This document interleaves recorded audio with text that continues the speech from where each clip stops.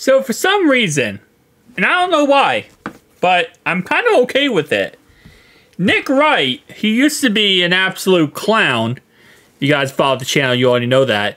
He had recently started talking very positive about us, like to a point where I feel like he's kind of trying to curse us. He's trying to jinx us this season. Because he's been so positive. He talked recently about the chance of Joe Burrow being MVP. He said there's a good chance he'll be MVP.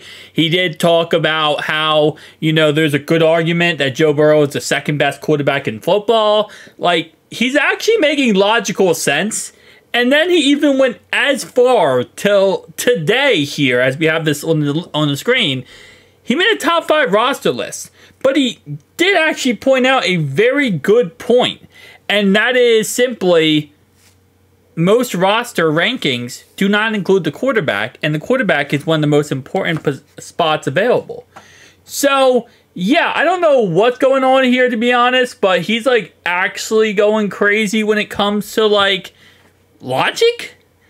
It's weird to say that. I feel like I should, like, you know, get, like, the crackhead scratch when I say him and logic in the same sentence. It just doesn't make sense. Anyway, though, he released his top 5 rosters list. And number 5 is Bengals. Now, as a typical Nick Wright here, and I think he had a accordion slip, as they would say, because he did say that when he was talking about our roster here, he did say he expects to see a better season than last year out of Trey Hendrickson and Sam Hubbard. And I think he had an accordion slip there and he messed up because I don't know how you could see a better season from Trey Hendrickson from last year. Guy had 17.5 sacks. That is probably the stupidest thing I've ever heard someone say. And you know what? Again, I gotta give Nick Wright credit because he's been very positive lately about us. But that is probably the stupidest thing I've ever heard someone say. To say, well, I expect to see a better season out of a guy who just had a 17.5 sack season. I mean, you could talk about anyone else on our team. Our offensive line needs to have a better season. Joe Burrow, maybe with, you know, now being back from injury, would have a better season. You know, anyone. I mean, you could literally list anyone on the team and say, I would like to see them have a better season than last season. Trey Hendrickson, if he has a better season than last season, he's going to be in the NFL record books. Like, we're talking about past just, you know, season here. We're talking about records. Okay, more than 17.5 sacks. If he's better than last season, it's going to be a beautiful thing. Anyway, though, so he put us number 5. And I got to give him a lot of credit because overall-wise, I think that's very logical. We do have a top 5 roster in the NFL. The reason why I pause here is because number 4. Now, number 4, arguably, you can make the argument, the Texans, right? They're one of the best rosters in the NFL. Even the Ratbirds have an amazing roster if you really look at it through and throughout. But number 4 is it's his typical. If you followed Nick Wright in any way, he thinks that Caleb Williams is the second coming of Jesus, and it's just he won't give up on that. This guy will not give up on the idea that Caleb Williams is the Messiah, and the Bears are about to win 17 Super Bowls. So, I will say it like this, right? I don't think it is stupid / outrageous to say that the Bears have a top 10 roster. Top 12 roster. I don't think that's that crazy to say, okay? Because, yes, they have a great defense. They have a lot better defense. It adds more pieces. They also have a very good structure around Caleb Williams on offense with Keenan Allen and all. Well, Austin Eckler went to the Commanders. But they have Keenan Allen, which should help them out a lot. I just don't think I could put them inside of top 5. I couldn't even put them inside the top 10. I would say top 12. And even then, I would probably put them at number 12. I am very interested to see how the Bears do this year, but Nick Wright is very high on them.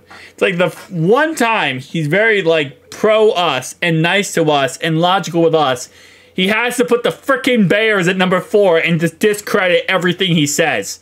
It's almost like a point that is now like a joke. So here's the thing.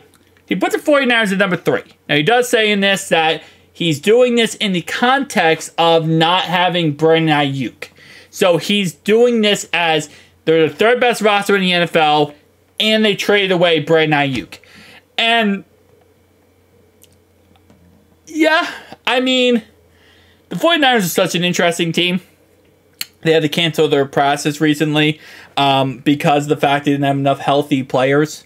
They're going to lose Brandon Ayuk in the end here, but they still have arguably the best running back in the NFL, one of the best tight ends, a great defense, one of the best pass rushers. Yeah, I'm not going to argue too much on that. Let's go to number 2, Lions, okay. And number 1, obviously, is the Kansas City Chiefs. So, I will say it like this, right? Out of all these options, I think the Bears should not be in the top 5 100%. But 49ers, Bengals, Chiefs, Lions, I think that's very logical. If you remove the Bears out, I would move the Bengals up to number 4. And then I would probably arguably say you could put in the Texans. You could put in